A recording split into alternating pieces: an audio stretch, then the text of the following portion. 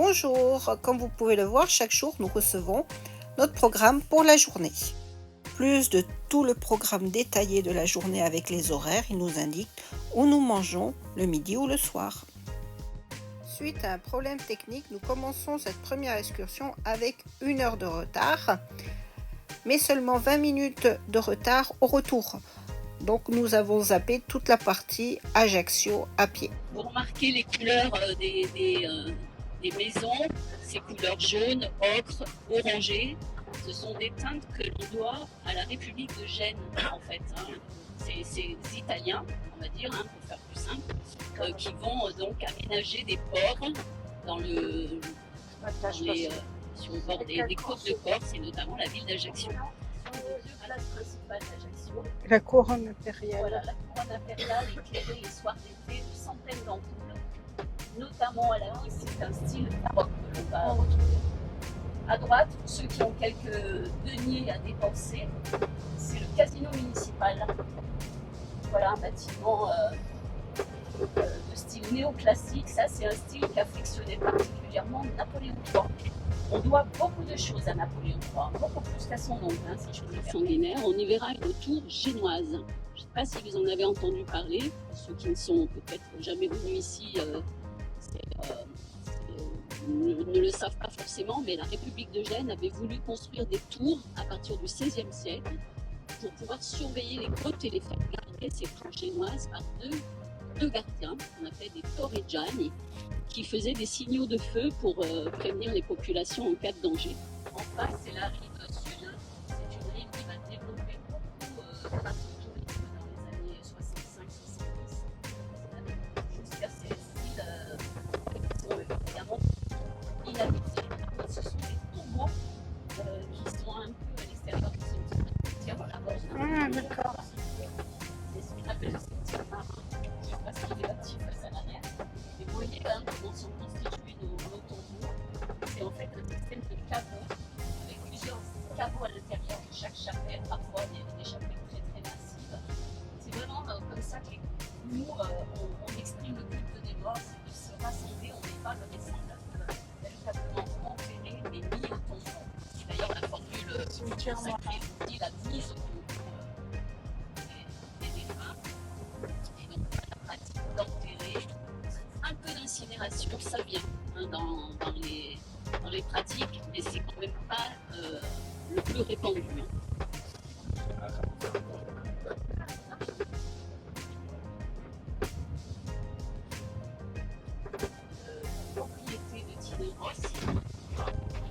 L'artiste qui était né à Ajaccio, comme vous le savez, c'est celui qui avait fredonné l'Ajaxienne, qui deviendra d'ailleurs l'hymne d'Ajaccio, et du vivant des chanteurs.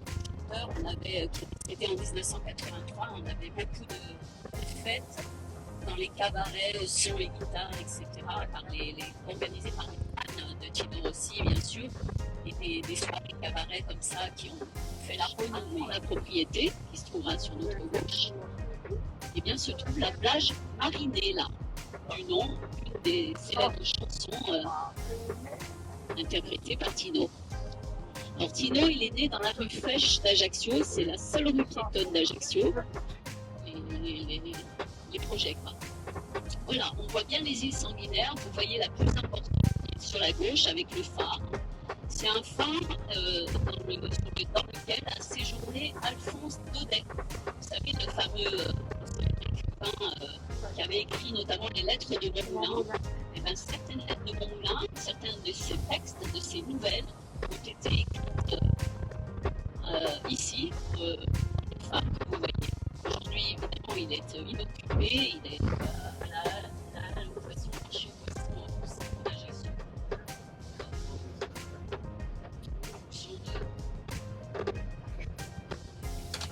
Des troncs rocheux, évidemment, et c'est ça plutôt dans le Cap Corse, région où nous serons. Donc on attaque la petite marche. On a 1h20 pour aller voir au plus près les îles sanguinaires qui tiennent leur nom de la couleur de la terre.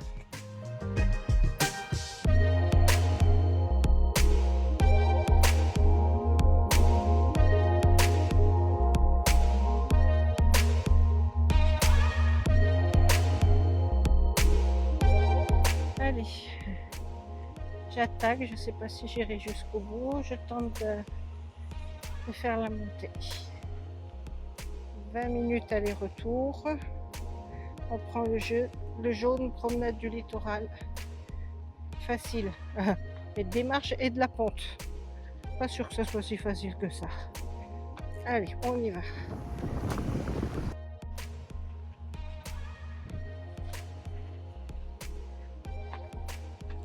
Oula.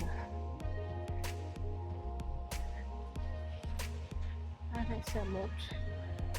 Alors, il y a une balade qui fait le tour, une balade qui monte, la plus courte, qui monte à la tour génoise, là-haut, et celle-ci qui a un aller-retour jusqu'au bout pour voir au mieux des îles sanguinaires, parce d'ici on ne les voit plus.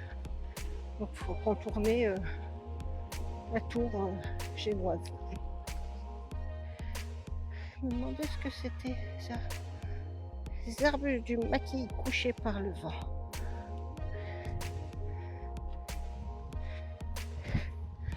Ici on n'a que ça. Un peu d'ombre, au moins pour les jambes. Tour génoise.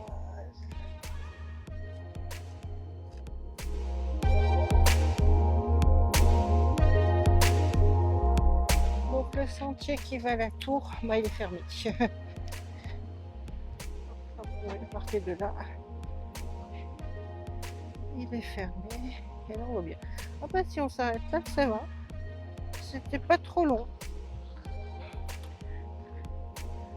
On va pouvoir prendre un moment pour faire des photos. Ici,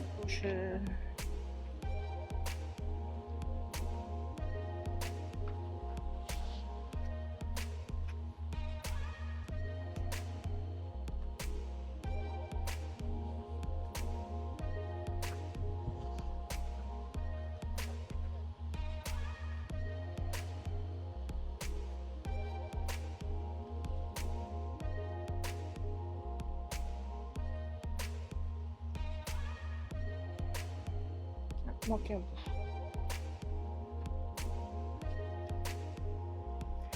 Donc, nous avons la tour carrée, l'ancien sémaphore, le phare et là l'île d'Hipporie. On va zoomer. Alors, voici les îles sanguinaires. On a le phare, l'ancien sémaphore à droite et tout à droite la tour carrée et l'île d'Hipporie ici. Sanguinaire, pourquoi? Ça vient de sang noir et sang noir vient de la couleur du sang lors de la grande peste. Il y avait la peste sur ces îles. Et les dérivés des traductions, c'est devenu sanguinaire.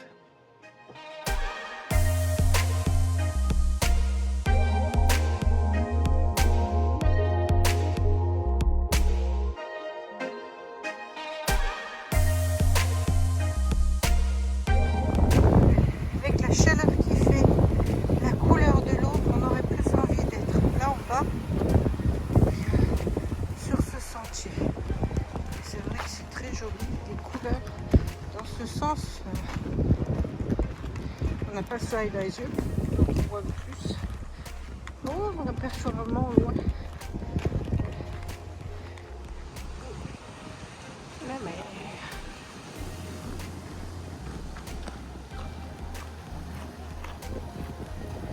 Et la mer.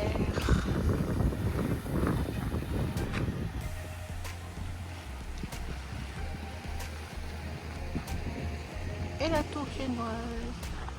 Il y en a qui ont fait le tour complet. Il faut 1 heure. Et là, on doit être dans 40 minutes au bus.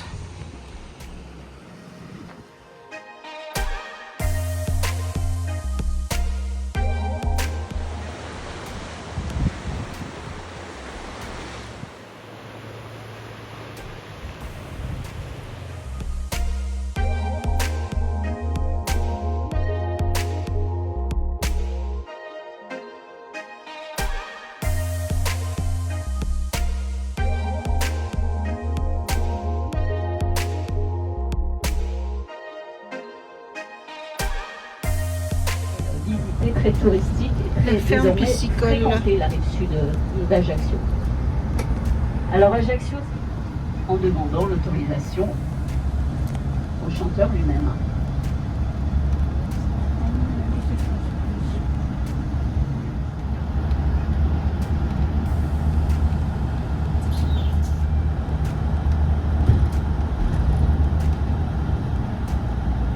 De pin, voire même de sapin. On a une variété très endémique et le seul arbre endémique de la Corse véritablement, c'est le pin Lariccio, mais qui ne pousse qu'en montagne, à partir de 800 mètres d'altitude, bateau.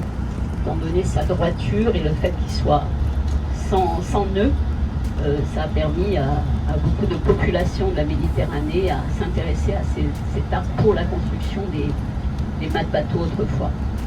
Donc c'était le cas des Pisans, c'était même le cas déjà sous l'Antiquité des Romains qui ont repéré cet arbre.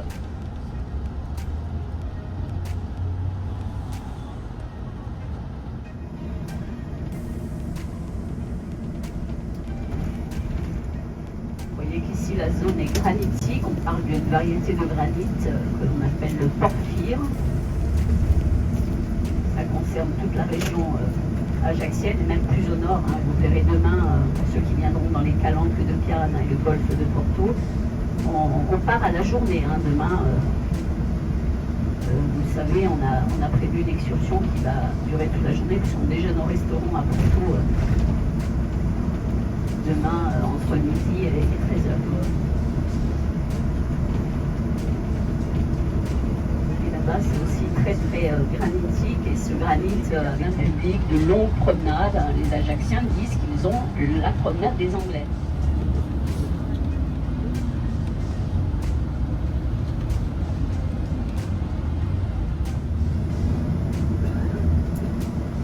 Voilà, à l'avant-droite, si vous arrivez à la fois, c'est une statue, donc ici à droite, entourée de ces plantes, qui s'appelle la statue de la pudeur. En fait, c'est une jeune fille qui cache son visage, mais qui n'est pas ses seins.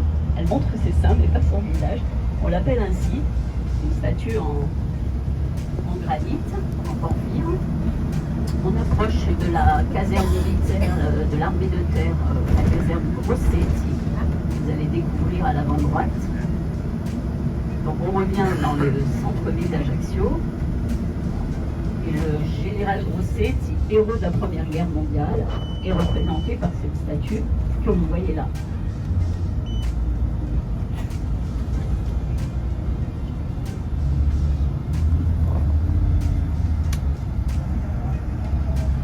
Et de la citadelle, au loin, à l'avant-droite du phare, ce qu'il reste de la citadelle d'Ajaccio, édifiée à partir du XVe siècle, qui a longtemps été la propriété de l'armée de terre. La ville d'Ajaccio a acheté cette propriété et cette citadelle il y a quelques années. Et elle commence, cette citadelle, à être ouverte à la visite. On va repartager la plantation de ce type d'arbre pour donner un style exotique, un air exotique à la Corse. C'était ainsi qu'il avait notamment voulu attirer l'égénie Fesch, dédié au cardinal Fesch, qui était le demi-frère de la maman de Napoléon Ier, qui s'appelait elle-même Laetitia Ramolino.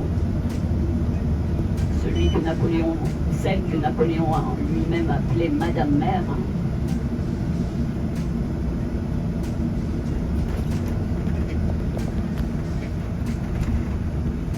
Voilà, donc le quartier où se trouvait autrefois le port Saint-François, c'est à partir de cet endroit devant nous que la ville va être construite.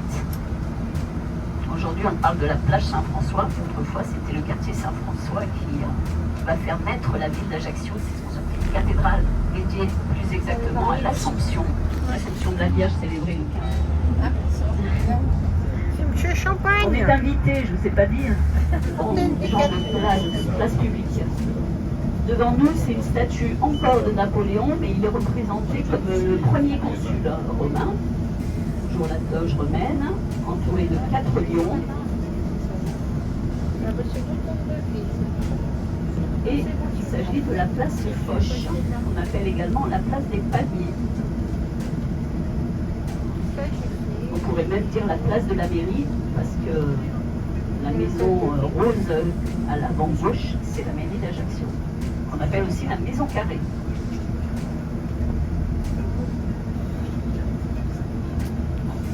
place des palmiers. Les petits trains sont terminés là. Ils sont au point d'arrêt. Il ne va pas partir là, c'est fini. Là, qui circule encore.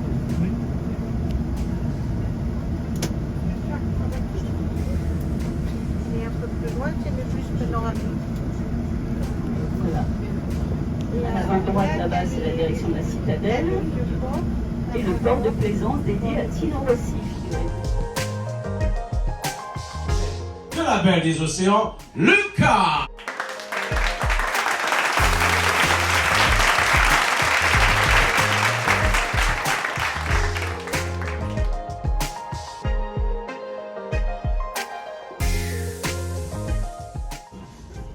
Bonsoir, madame, messieurs. Bonsoir. Comment allez-vous? Good evening. C'est le staff captain, il nous vient de Dubrovnik, Croatie.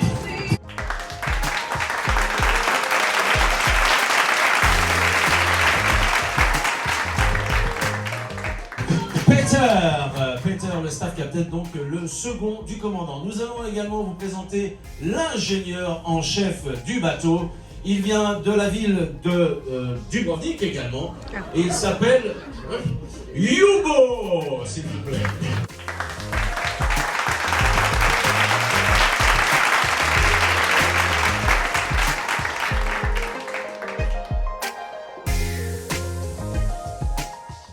Et pour compléter ce département navigation, this is the navigation team with all the second officers, les seconds officiers, les matelots, les marins qui nous viennent de Croatie et des Philippines.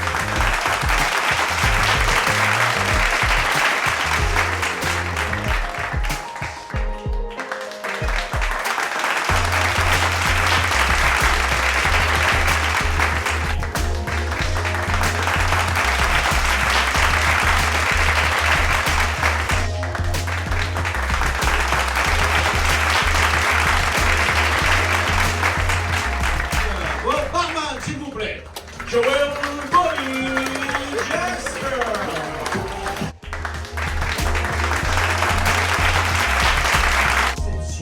Avec la charmante Léa, s'il vous plaît, qui nous vient de Saint-Maurice, Paris.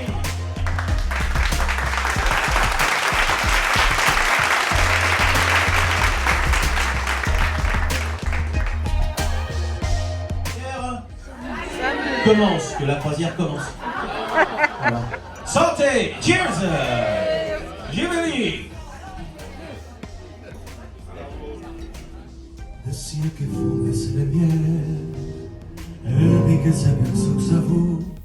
J'ai dû couper toutes les musiques, il y en a souvent sur le bateau, n'ayant pas les droits d'auteur évidemment. Et pour la suite des vacances, je vous dis à la semaine prochaine.